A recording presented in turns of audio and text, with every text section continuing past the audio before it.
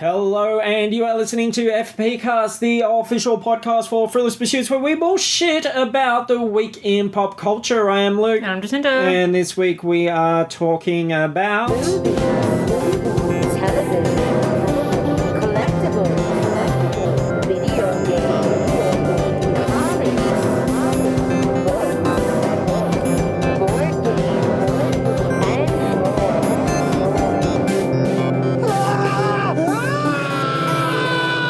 like music to my ears. That... Oh, magical. People are unsure of where that comes from. Hollywood is trying to rewrite history right now. Yeah, I mean, it was in the original Mummy trailer, and people just loved it so much that they decided to take it away from us in the real movie. So the people just didn't, Look, you realize how little we have to talk about today, and you've just blown this whole premise in like a sentence. We can expand, it's fine, it's good. Right. No, but like, imagine like they're sitting around their little table and they're going, look, we have this movie here that people are going to enjoy so much. They are going to enjoy this damn thing so much that if we put this little cherry of this Tom Cruise scream on top of it, it's just going to blow their tiny mind. So we better take it out. Allow me to give everybody a little bit of a flashback. And the Mummy movie we saw today wasn't afraid to show things from the past again and again and again. Some of those shots in the movie we got to see 4 or 5 times. But if you're wondering about this...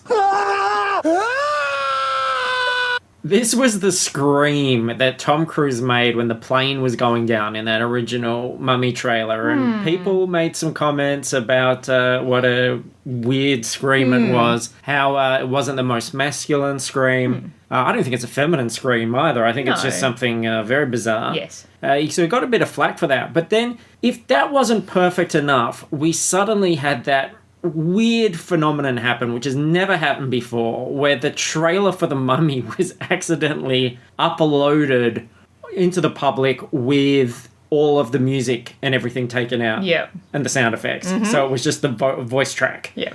And we got the scream that everyone had already made fun of, completely isolated. Magnificent, isolated scream. So I was very keen to see if Tom Cruise's vanity won out and if that scream was snipped from the film. And that's why we went and put ourselves through The Mummy, so that we could give you the exclusive that the scream has indeed been snipped. Yes, it's a much more masculine... And cut short as well. It moves very quickly on to the next bit. But imagine him, like, the trailer comes out and and everyone's making fun of it and stuff. And so he literally goes in to a booth to re-record screams for a day. Oh, I reckon it was on the phone to the agent. And what the fuck, did you hear this? Did you get them to take that thing down? And blah, blah, blah. You know, I bet he got angry. I bet it was a little angry man right there. But we're not going to let the scream die. It will always be preserved. We are committing that Fruitless Pursuits will be a place where we will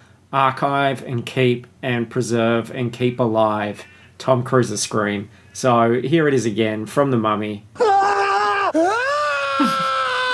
almost like an intake of breath. Like the first one's like, Yeah, so weird, so bizarre. Anyway, some of his reactions were really weird. I just had a flashback to the movie, and I don't know if I should spoil it, but I'll mime it to you. That bit. It's like, what? What a weird choice. Yeah, that's not the reaction for that moment. I'm but pantomiming something here, which is great for you guys who are giving you time to listen. Yeah. So we're going to review The Mummy, the first film in Universal's perhaps ill-fated and overly ambitious Dark Universe slate of films. It comes, like, the first thing that comes up on the screen is Dark Universe, and you're like, oh, yeah. They're really pushing for this idea of a kind of monster Avengers.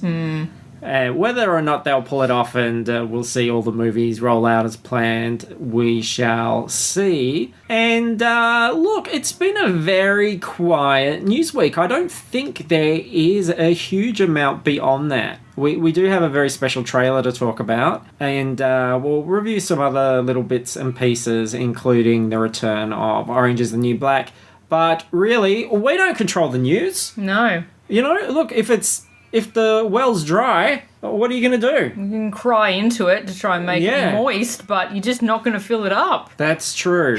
So it's just a little bucket of tears for you Yeah. today on the show. But let's make the best of what we've got. And who knows where it will take us? We could be inspired to talk about some amazing thing we haven't even thought about yet. Or I could have just said that to buy some more time. Possibly, yeah. I think, I don't know how long this road is going to be today, because I don't know about you, but I feel really brain dead after The Mummy. Yes. Yeah. It was a pretty shattering come down after Wonder Woman last week. It was let's return to what the white men are doing. Wasn't it? Yeah. So that's fun. Those heroic white men. Yeah, it's funny. What would we do without white men to save the day? I know. These are the white savior movies. Yeah. Everybody's been looking for them. They're right there in front of us all the They were in time. front of us the whole time. What? So let's talk about not a white man movie. Let's talk about the teaser trailer for Black Panther, which really hit while we were watching The Mummy. Yes. So while we were enduring The Mummy, which felt like Tom Cruise had taken me hostage. It truly did, yes. You know when they got the mummy and they put her in the tomb and closed the lid while she was still alive? Yeah. And she was like just trapped in there with just nothing to look at but the mummy? Yeah, pretty much exactly that. That's what I felt like for a while. So, yeah, Black Panther. Now, I'm surprised we're getting this so early. The movie's next year, but we did get our first glimpse of it. This is hard to talk about because it's just good. It's good. It looks good. Yeah, no, visually it looks unbelievable. And it is a visual trailer. Yeah, and I was expecting, I was expecting it to be good and very, I guess diverse and very interesting, but it was so much more than I thought it was going to be. Like, there's those masks and everyone's in, crazy costume, and it was so cool. Very colourful. Yes. Which I love. And I love that Marvel is embracing colour. You know, I feel like Guardians was the first to do it. Thor Ragnarok is we're going to turn up the colour. And it looks like Black Panther is going to be very colourful as well. Yeah, no, it looks rad. I think Michael B. Jordan looks so good. He was in it for a second, but he looked good. Oh, which one was... I didn't see him. Oh, he was... he had I'm going to say he had funny hair. Michael B. Jordan, the guy from Creed. Yeah, I know Michael B. Jordan. Yeah. I just missed him. Mm-hmm. But, yeah, I love the look of it. I think that what's interesting to me is when Wonder Woman came out, I read some comments, because obviously everybody, a lot of women in particular, although I do think this was a sentiment that was definitely shared by a lot of men as well. Don't try to take our fucking feelings. This is all unwinnable. I am go the on. evil Go white on. man Go on. at the center of this conspiracy.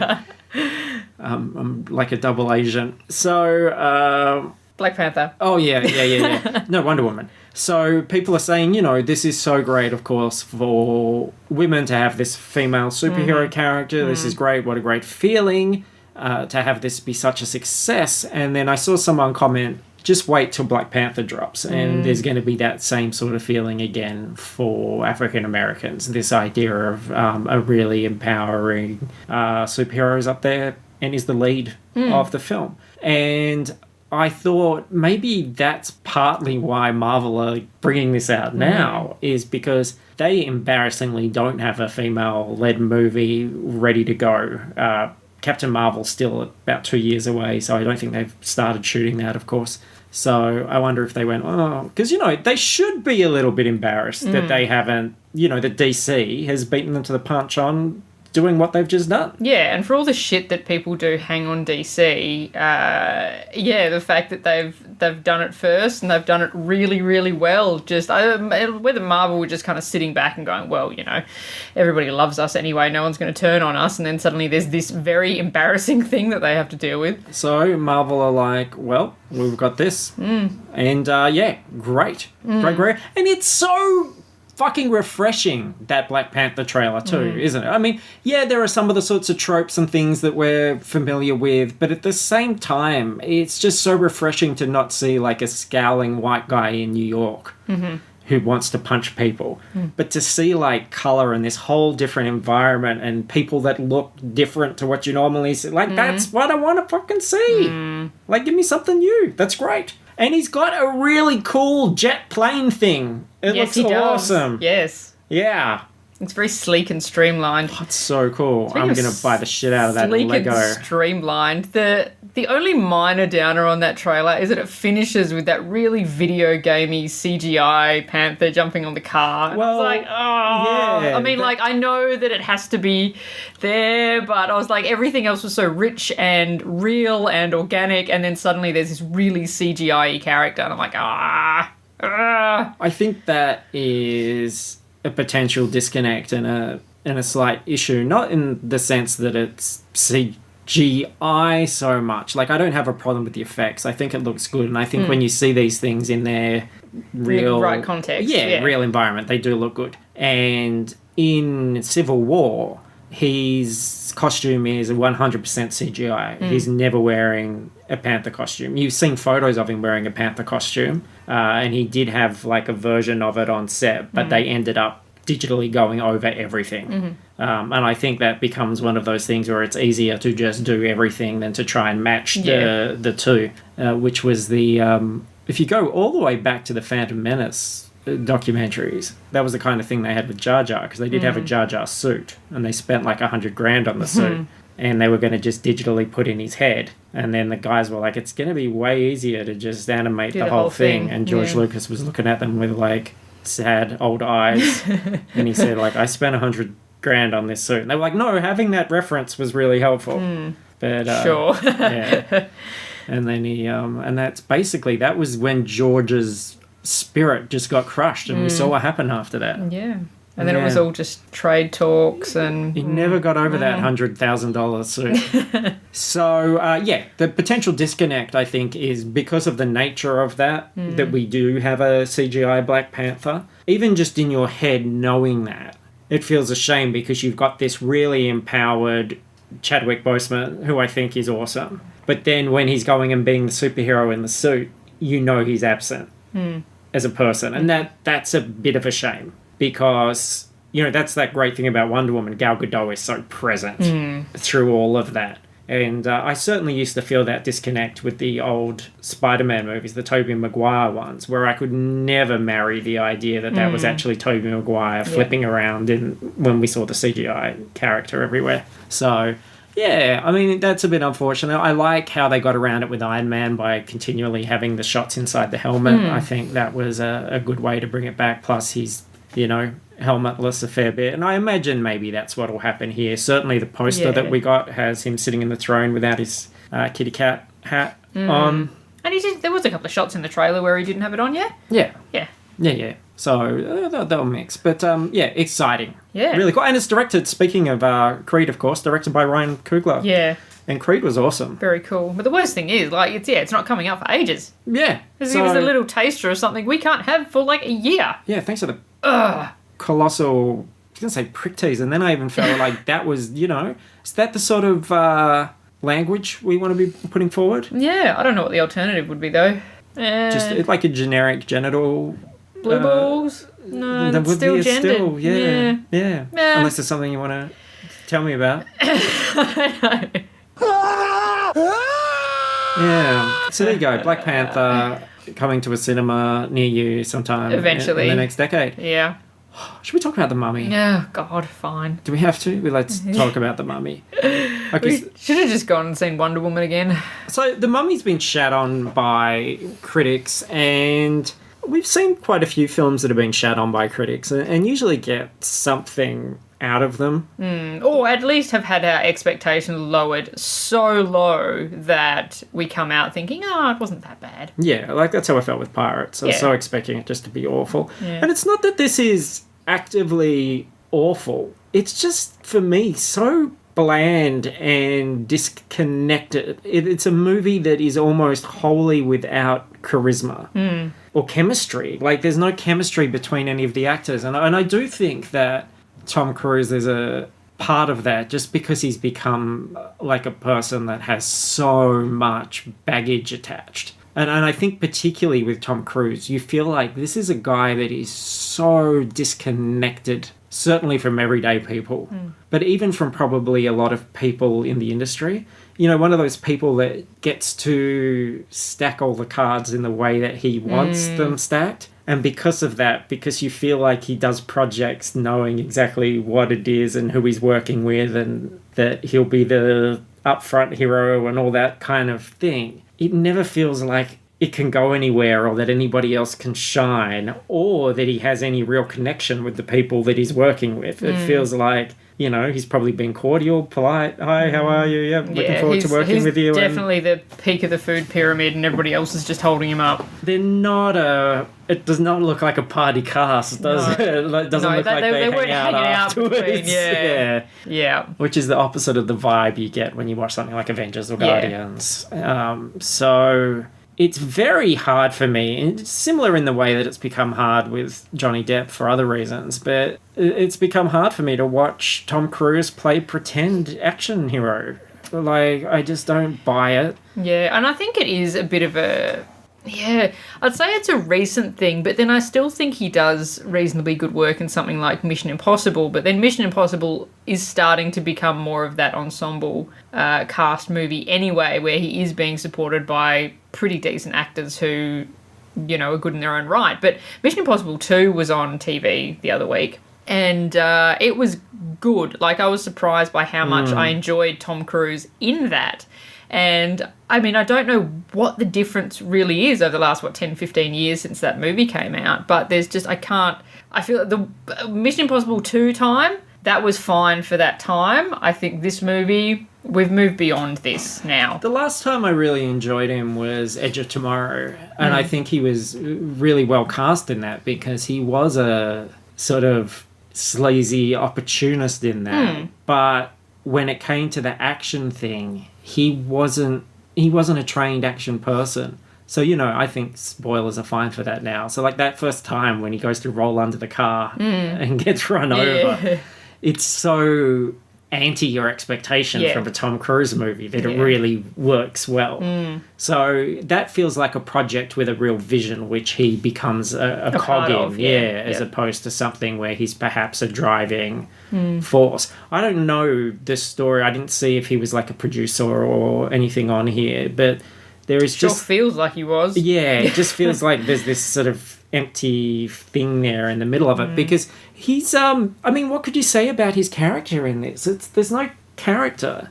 No, it's pretty I mean, he's a soldier who, again, a bit of an opportunist, and he wants to find ancient artifacts and steal them and sell them for money, and it's like Nick, and he nicks things. Yeah, and it's like, so this is the guy you want us to root for? This guy? But he doesn't have... Yeah, so there's no real, like, humanity or anything that would get us to empathise or sympathise with him. And he's a douche, but he's not a douche enough to be a douche that you're entertained by. Like, he's not he's not Star-Lord. Yeah, and he's not like a Bruce Campbell douche or anything like that. And he's actually quite... Oh, and he's like moral compass, which seems very free-roaming in the first 15 minutes, and then he seems far more rigid and uptight after that. I think the perfect example of him not having that swagger is, you've all seen in the trailer, the bit where he wakes up in the body bag. And these are minor spoilers, but really, big spoiler, don't see this movie. He is naked, and some people walk in, including the woman that we know he's had sex with. And he realizes he's naked, and naked guy clutching their cock is the new thing. Like, we see that a lot more than the male gaze on the female at the moment, which is some more way that Hollywood is changing. But he doesn't, like, just look down and then cover his dick and stand there cockily like, all right, so you guys saw my dick.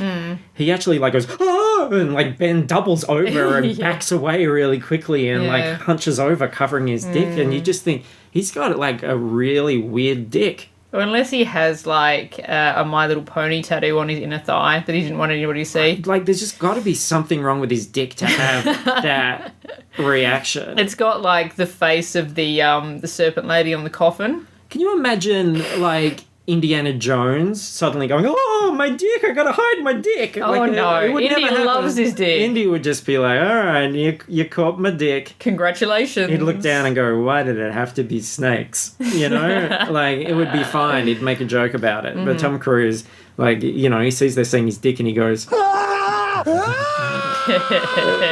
backs away behind the table. Yeah. Crazy. Please, when this movie comes out on DVD, probably by about Thursday, do edit that scream over the bit where they see his tiny dick, because I think that would be really funny. So yeah, so he's a problem, and then you've got this female lead who is not someone I'm aware of because I don't watch Peaky Blinders. Because I don't know how you feel. We're talking about moral compasses.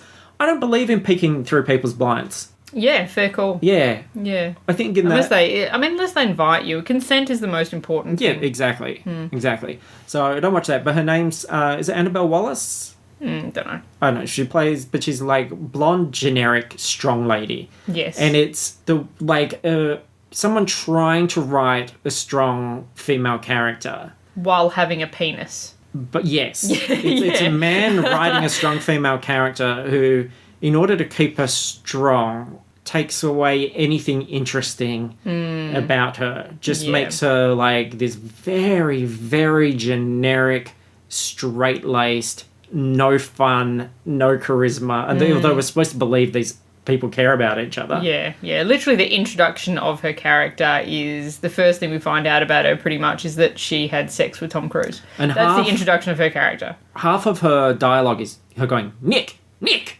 Nick. That's actually everybody's dialogue. Nick. Everybody said Nick like every 5 seconds. And you're just like, shut the fuck up. Like, yeah, so that was a problem. I didn't like her at all. And it was because of the way it was written. Like, there's nothing for that poor woman to do. Yeah, and like there's a bit where she reaches up on a shelf and there's a shot of Tom Cruise gazing at her exposed belly. There's and I'm like, the male gaze. Fuck, are you serious? Is it 2017? Are we still doing this? Apparently we are. And there's not many other people in it. There's Russell Crowe as Dr. Jekyll. Mr. Hyde. Now, they must have paid Russell Crowe some bucks to get him off the couch watching the footy eating chips for, a couple of days to shoot this thing. It was like, Russell Crowe was so baffling in this movie that it almost became quite entertaining. It was I was embarrassed for him. And, like, how can you be embarrassed for Russell Crowe? No. But it's a cringeworthy role. He's so miscast. And he's playing... It's like he's trying to be like Giles from Buffy or something. He's playing British and playing really soft. He's pretty bad shape, old Russ. He's not looking great. And he's just so bland. Like, he's an exposition machine, basically. But there's no character. And you're waiting for that transformation. You're waiting for, well, what's Mr. Hyde going to look like? And I think... when we think of visions of modern takes on Hyde, I think of Van Helsing with that really huge Cockney cigar smoking fucker of a Hyde, and I think League of Extraordinary Gentlemen, which did a prosthetic Hyde, but the Hyde in those actual books is amazing. And I was expecting... you're doing Hyde in 2017, you're going to Hulk this guy out. It's going to be impressive. You're going to go, well, this is why they got Russ. Holy shit, was it anticlimactic. It's like they just put an Instagram filter over his face. Yeah, it is pretty much just Russell with some yellow, greasy makeup on.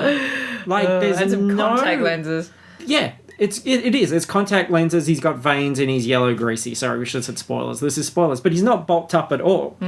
So it's just Russ. It just looks like Russ after a night on the piss. Yeah. And I wonder if that's what he did to, method acting. All right, we're going to the Hyde stuff now, Russ. Here's a case of... Crownies. Go to townie. Go to town, son. Here's some, here's some Chinese takeaway. Get that into you and then all the oil and sauce that's left in the trays, just rub a bit of that on your face. And by the way, Tom Cruise, little guy over there, it's called you a cunt. Shoot! Because, yeah, look, I'm all for suspension of disbelief in films, but believing that Tom Cruise could physically take on Russell Crowe, I cannot suspend my disbelief that far. It's just like, oh God, I don't know. And speaking of Russell Crowe's exposition machine, there's like a flashback sequence at the start, and I pretty much had lost my faith in this film within the first couple of minutes because they're talking about, you see it in the trailer, like the princess does bad things and they have to put her in a coffin for 1,000,000 years or whatever.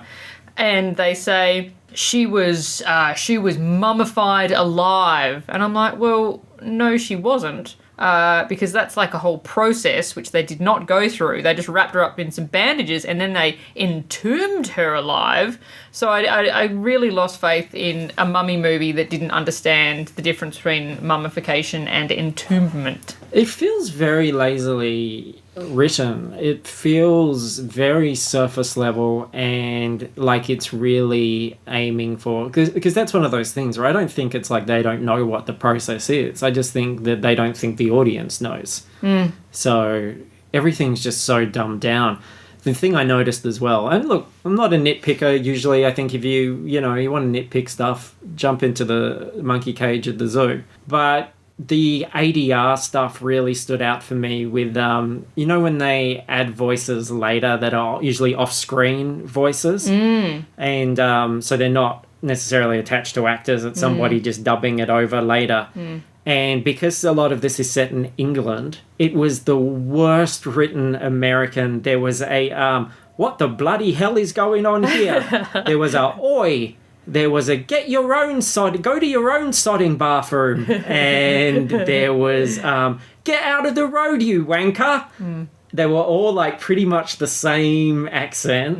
And just like someone's Googled UK slang. Like, America, you fucking idiot.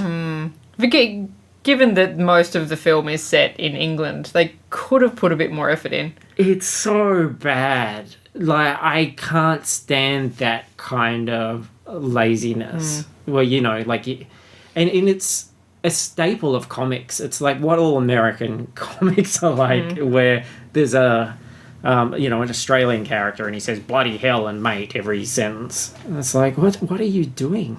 Though to be fair, we do say bloody hell and mate every sentence. I don't say bloody hell and mate every sentence. Holy shit. So, and then their ambitions for the film, like sort of won't spoil the ending, but where it ends and where it kind of wants to lead off for the future. Is the most unappealing fucking thing. It's a very unappealing concept. The idea that you would like willingly sign up for more of this concept and more of... Because I guess is Russell Crowe supposed to be kind of like the Nick Fury of this dark universe. Yeah. Even Tom Cruise, I'm like, why are you doing this? I mean, I guess he's desperate to jump onto a franchise. I guess everybody has to have a franchise to keep afloat so that they can do their other things. And we've always said that, people shouldn't be encouraged to do that. You've kind of got to do that to survive. And I can't imagine any of the other big franchises going around are going to want Tom Cruise. I just can't see why they would want to work with him. And there's nothing left for him that I think would be appealing. It's so funny. I always think that when the Iron Man movie was first being floated around, like years before it came to fruition, there was these stories about, well, Tom Cruise is the guy for Iron Man. And I remember thinking, like, Iron Man? That guy? Like, they're seriously going to make a movie about fucking Iron Man? Because you didn't think of, back then, this idea of, well, he's going to be this sleek. It's going to be like this guy wearing a sports car. I thought of the really bulky red and yellow comic thing. And I just thought, there's no way in a million years he'll do it. And I bet you he wishes he was Iron Man. Like, how could you not? But then you showed me the trailer just before we started recording for American Made, where he's playing a pilot and there's Pablo Escobar. Yeah, he's ferrying guns and money for the government and also Pablo Escobar. Yeah. A bit of a double agent. And that feels like a better fit. Like, that feels like such a better use of his time. Still not 100% appealing to me, but you go, okay, Tom Cruise is at this age and stage in his career where you would think that that's what he would be doing. And to be fair, I mean, I'm saying that that's how he survived. That's probably more in the case for those younger actors, because if you look at someone like Leonardo DiCaprio, he goes from like those kind of Oscar bait movies to the next, doesn't he? I mean, to do things like Wolf on Wall Street and Revenant and Django Unchained, and he never is like suddenly appearing in generic action movie or The Mummy. And the other big thing I have on it, of course, this has nothing to do with the Brendan Fraser previous Mummy movies. It's completely different in tone. I know people have had trouble adjusting to that and going, oh, but it's so dark and it's not the same. But it's not scary either. Like, if it had been scary, I think maybe that would be more meaningful to me as well. That might have been a way in, but I never felt anything. I mean, there's some pretty creepy imagery in there, but it's not orchestrated in a way where I ever felt like anyone was in danger or there was anything to worry about. Well, I mean, yeah, you're going through the whole movie going, it's very unlikely that anything much is going to happen to Tom Cruise, right? Well, except for, again, not going to spoil the ending, but didn't you feel like there's only one thing that can happen to Tom Cruise? Just in the sense, because this is a franchise. This is a new... So what do you have? Do you have, like, Bardem as Frankenstein's monster and Johnny Depp as Invisible Man and Russell Crowe as Jekyll Hyde and then Tom Cruise as Nick the treasure hunter? Like, it just makes no sense. Like, he's got to find a way to be more useful going forward. Otherwise, he's not one of the characters. There's one person we haven't talked about, and we've saved the best for last, because in my opinion, there's only one person that's doing anything worth seeing in this film, and that's Sophia Boutella as the titular Mummy. Yeah, she was cool. Very visually striking, and there was a big chunk of the movie where it wasn't really her, but when it was her on screen, she was doing a pretty good job. She was engaging, she was committed, she's the only person that doesn't come out of it who you feel embarrassed for. Like, no one's going to blame her for this movie. And I just think she has, just great commitment and great physicality. And I can only think of 2 other films I've seen her in, but she never lets you down. Like, I really enjoyed her as the white alien lady in the last Star Trek. And she was Gazelle in Kingsman. Oh, shit, yeah. Oh, wow. Yeah, no, she was great in that too. Yeah, so she's... Yeah, no, she's cool. She's carved out this really interesting sort of niche in character roles and physical roles, and I think that she's a saving grace to something that is otherwise just very, very forgettable. So there you go. You don't have to go and see The Mummy. I wouldn't race out and see that with everything else that's happening at the moment. So I don't know how many stars. Probably 1.5. Yeah, I was thinking 2, but then that's probably a little bit generous. I mean, like, you know, Universal cast off Dracula Untold from this whole universe thing. Like, are they just going to keep chopping off underperforming movies and just keep saying, well, this is the first new movie in Dark Universe? It's got to hurt, because I think it's quite embarrassing to announce your big slate of what you have planned, unless it was desperation. I mean, I can understand that maybe they saw the film wasn't tracking very well.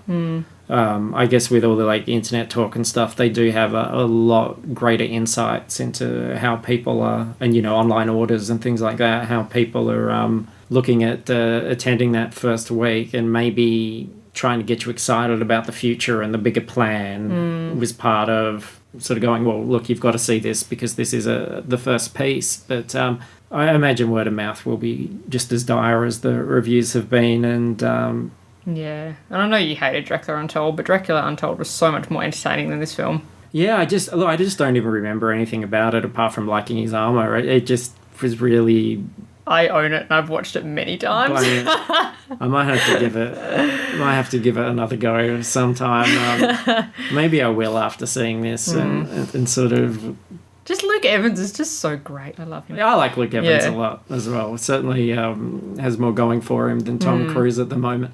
I think like there are these people that are just shackled to a really old Hollywood system, Yeah, this idea of stars and this sort of unattainable, lofty worship sort of person. And I just don't think that happens anymore. In fact, I don't know. Yeah, the A-list, the whole A-list system just doesn't really exist. like, I mean, there's people who are worth the most, but as far as, you know, A-list, B-list, that kind of thing, I think it changes so much these days. yeah, and people aren't making that sort of money. And while there are, like, definitely huge fans of things, I think that it's more about the people with the most loyal fans really have to be quite humble people who work to have that back and forth relationship.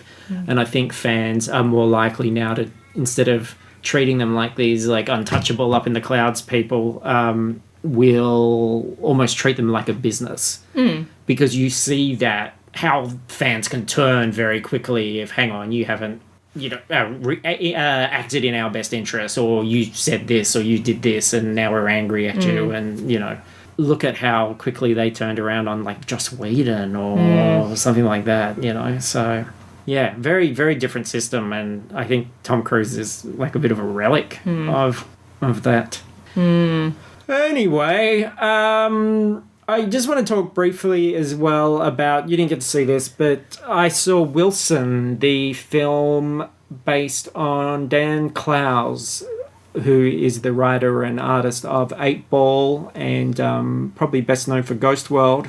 His new film based on the graphic novel called Wilson, starring Woody Harrelson in the title role. It's a sort of dark indie comedy about a guy that's got a lot of strong views on the world and how things have sort of changed for the worst, and has very awkward but honest interactions with people, and he's sort of like obliviously alienating himself from everyone. And he finds out that he has a young daughter from a previous relationship that he has no idea about, and goes to reconnect with her.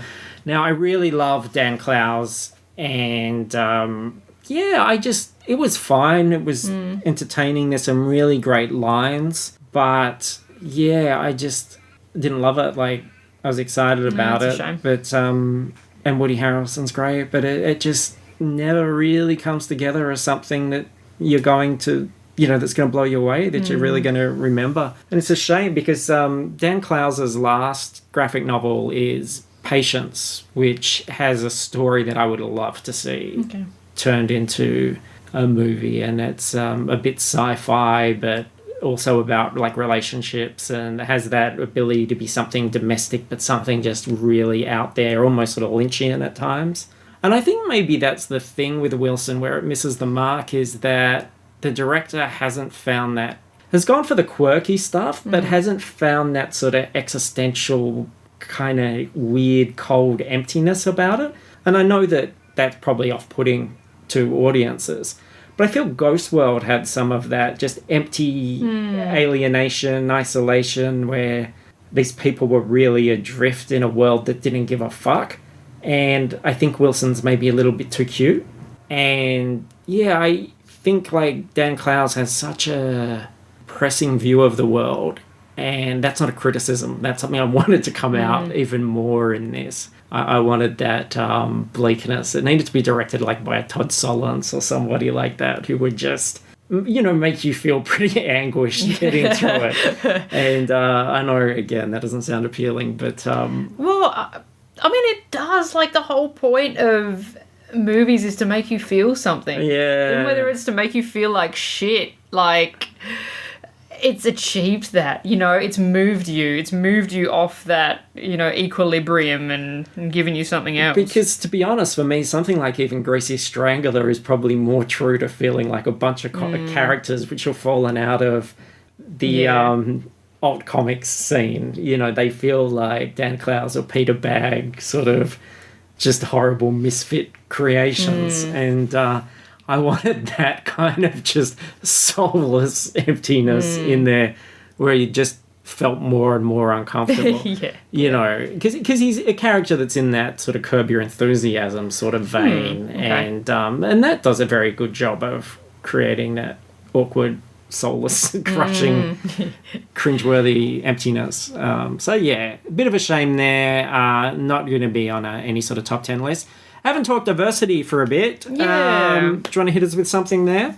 Yeah, I watched a movie the other day that came out, I think, 2013, 2014, so it's a bit of an older one. It's a Korean action movie called The Suspect. Now, the main guy in this film is the main guy from Goblin, so it's his name's Gong. Yeah, that's why I watched it. His name is Gong Yu, and he's playing. Oh, no, Gong Yu, buddy. No, don't be mean to him. He's playing. It's a North Korean, South Korean thing. So he's a North Korean spy who Is a goblin. Not in this one. He's typecast. He always plays a goblin. He's not a goblin. He's like this super soldier who does all this crazy stuff, and he's like, yeah, really cool. And then I think he defects, and then he ends up in South Korea. And basically, the soldiers from the north are after him, and then the people from the south, once they find out that he's North Korean, they're after him as well. And it's just this real kind of spy, Jason Bourne-ish action movie, and Koreans do action really, really well. Like, the film goes for 2.5 hours, but the pacing is so good that it just, I didn't want it to end, and when it did end, I sort of thought that it almost felt a bit short. Wow. Yeah, and there's some amazing, like, car chases with what I imagine is practical effects, because there's so much of it that it didn't really look particularly CGI, and if it is, it's really good CGI. So you're just watching all this shit unfold, and you're just like, oh my god. It's a very satisfying watch, and if you're into kind of spy-ish, action-y movies, very much worth it. Very recommended. Yeah, that's something that I've been kind of circling around this year. This idea of, I criticised Guardians for it, but you can have these worlds and you can have all this stuff and these great images, but you don't see people really reacting with it. Skull Island was the same. Yeah. So when you see a movie where everything feels like it can be picked up and touched and played with, and that is a big thing. Yeah. And Mummy doesn't have a lot of it. It's people walking around in interesting places, but they don't interact with them. But that's what I found refreshing about, and I forgot to mention it at the time, Alien Covenant, is I think that he creates movies where you feel like everything's there and you can pick it up and you can toy with it and interact with it.